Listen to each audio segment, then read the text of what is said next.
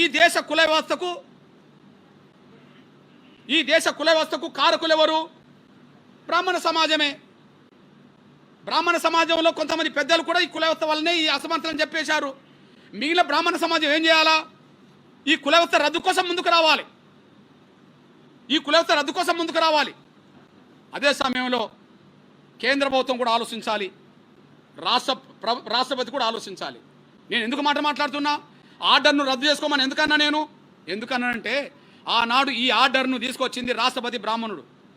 ఆనాడు ప్రధానమంత్రి హోదాలో ఉన్న వ్యక్తి నెహ్రూ బ్రాహ్మణుడు. ఆనాడు దేశ క్రైస్తవ ప్రతినిధిగా పాల్గొన్న ముఖర్జీ బ్రాహ్మణుడు. కాబట్టి ఎవరికి లేని వివక్ష మా మీదకి వచ్చేసింది. ఈనాడు రాష్ట్రపతి గిరిజనురాలు కదా, ఆదివాసీ బిడ్డ కదా, ఆదివాసీ బిడ్డ ఒడిశా నుండి వచ్చింది కదా. ఒడిశాలో గిరిజనులు హిందువులు ఉన్నారు, క్రైస్తవులు ఉన్నారు కదా. ఒడిశాలో గిరిజనులు, ఆదివాసులు, హిందువులు ఉన్నారు, క్రైస్తవులు ఉన్నారు కదా. ఇప్పుడు దేశానికి ప్రధానమంత్రి ఎవరు? గౌరవ నరేంద్ర మోడీ గారు ఒక ఓబీసీ రిజర్వేషన్లు ఇక్కడ ముస్లింలకు అమలు జరుగుతున్నాయి కదా. ఓబీసీలకు ఇక్కడ క్రైస్తవులైన కూడా రిజర్వేషన్లు అమలు జరుగుతున్నాయి కదా. ఓబీసీలకు హిందువులైన అమలు జరుగుతున్నాయి కదా. ఓబీసీ ప్రధానమంత్రి ఉండగా ఓబీసీ రిజర్వేషన్లు ముస్లింలకు అమలు చేస్తూ ఈడ క్రైస్తవులకు అమలు చేస్తూ ఒక దళితులకు మాత్రమే అమలు జరగద్దని చెప్పి ఏదైతే ఆర్డర్ ఉన్నదో ఆర్డర్ను సరిచేయడం బాధ్యత కదా. ఈ నేపథ్యంలో విజ్ఞప్తి చేస్తున్నా నేను. జ్ఞానం ఎవరి సొత్తు కాదు.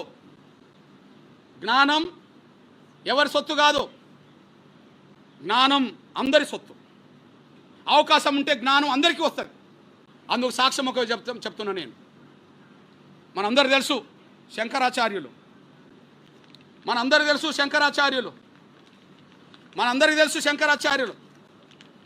ఆదిశంకరాచార్యులు ఒకరోజు గంగానదిలో స్నానం చేసి రోడ్డు మీద వస్తుంటే కులహీనులు అనే చండాలుడు ఒకరు ఎదురవుతారు, 4 కుక్కలు పట్టుకొని.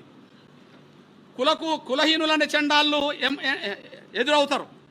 ఎదురైనప్పుడు ఆదిశంకరుడు అనబడుతున్న బ్రాహ్మణుడు చండాల్ని పట్టుకొని ఏమంటాడు? నువ్వు దారికి ఎదురుగా వచ్చావు, నువ్వు పక్కకు తొలుగు అంటాడు. దాన్ని అర్థమైంది. దళితులు అనే చండాలు రోడ్డు మీద నడిచే స్వేచ్ఛ లేదనే కదా. ఇక గుళ్ళకు వచ్చే స్వేచ్ఛ ఎక్కడిచ్చే వీళ్ళు? అప్పుడు మా చండాలుడు ఒక ప్రశ్నిస్తాడు. ఎవరిని? శంకర్నే ప్రశ్నిస్తాడు. సంఘటన వారణాసిలోని గంగానది నుండి తిరిగి వస్తుండగా శంకరుడు 4 కుక్కలతో నడుస్తున్న ఒక చండాలను కలిశాడు. అభ్యర్థన సాంప్రదాయ ఆచార పవిత్రను పాటిస్తూ శంకరుడు చండాలతో నువ్వు తొలగిపో అంటాడు. ఎదురుగా వస్తున్నాడు కదా, నువ్వు తొలగిపో అంటాడు. అప్పుడు చండాలుడు ఆదిశంకరుని ఏమంటాడో చూడండి. గంభీరమైన ప్రశ్న. చండాలుడు ఏమంటాడంటే ఇలా అడిగాడు శంకరుణ్ణి, నీవు శరీరం కదలాలని కోరుకుంటున్నావా లేక నా ఆత్మ కదలాలని కోరుకుంటున్నావా అన్నాడు. నువ్వు నా శరీరం కదలాలని కోరుకుంటున్నావా నా ఆత్మ కదలాలని కోరుకుంటున్నావు ఒక ప్రశ్న వేశాడు. రెండోది, నువ్వు గంగా నదిలోంచి వస్తున్నావు కదా, ఆ గంగా నది జలాల్లో సూర్య ప్రతిబింబానికి చండాలుడి కుటీరం పక్కన ఉండబడే మా కుటీరం పక్కన ఉండే ప్రవహించే నీటిలోని సూర్య ప్రతిబింబానికి ఏమైనా తేడా ఉన్నదా అని అడిగాడు. అంటే గంగా నదిలో సూర్యబింబం ఉంటుంది, మా ఇంటి పక్క కూడా నీటిలో సూర్యబింబం ఉంటుంది, ఏమన్నా తేడా గమనించావా అని అంటాడు. అంటే అప్పుడు జ్ఞానోదయం ఎవరికైంది?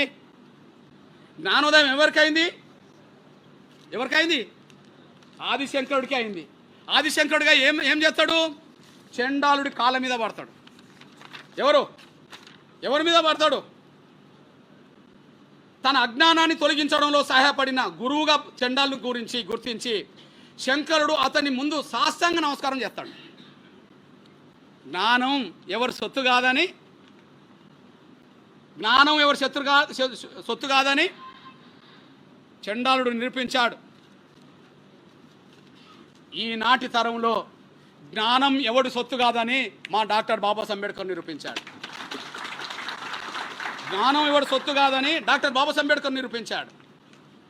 ఇవాళ కొన్ని వేల సంవత్సరాలుగా విద్యకు దూరమైన వర్గాల నుంచే విద్యను అపోసవను పట్టుకొని దాన్ని అందిపుచ్చుకొని ప్రపంచంలో అగ్రగణ్యుడైన మేధావిగా ఎదిగి ఇవాళ ప్రపంచంలో ఐక్యరాజ్య సమితి నాలెడ్జ్ డేగా ప్రపంచ దేశాలకు పిలుపునిచ్చిందంటే జ్ఞానం ఎవరి సొత్తు కాదని, అవకాశం వస్తే అందరికంటే ఎక్కువ జ్ఞానాన్ని సంపాదించుకునే శక్తి మాకున్నదని చెప్పి మా అంబేద్కర్ నిరూపించాడు.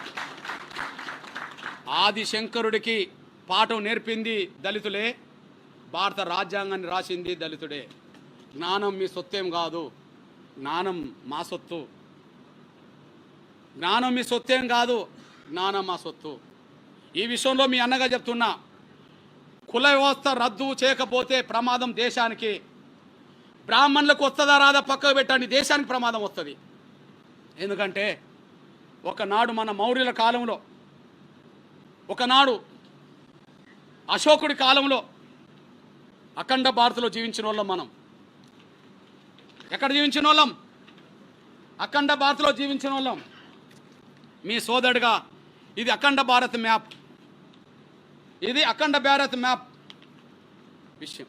ఓకే, ఆ తర్వాత అఖండ భారత్ పోయింది, బ్రిటిష్ ఇండియా దాకా వచ్చింది. ఆ బ్రిటిష్ ఇండియా కూడా పోయింది, ఉన్న ఇండియా ఇప్పుడు మిగిలింది. అఖండ భారత్కు ఉన్నప్పుడు మన భారత వైశాల్యం ఎంత, ఇప్పుడు ఉండబడి ఇండియా మ్యాప్ వైశాల్యం ఎంత? అఖండ భారత్లో ఉన్నప్పుడు మన భారత రాజకీయ వైశాల్యం ఎంత, ఇప్పుడు ఉండబడి మన ఇండియా వైశాల్యం ఎంత? ఒక్కసారి వైశాల్యం గురించి చెప్తా చూడండి. 20వ శతాబ్దపు లోపు, ప్రారంభం లోపు మన రాజకీయ భారత్, అఖండ భారత్ 76,56,000 చదరపు కిలోమీటర్లు. పాత్రికేయ మిత్రులారా, ఇది మన అఖండ భారత్కు సంబంధించిన ఉంటుంది చూడండి.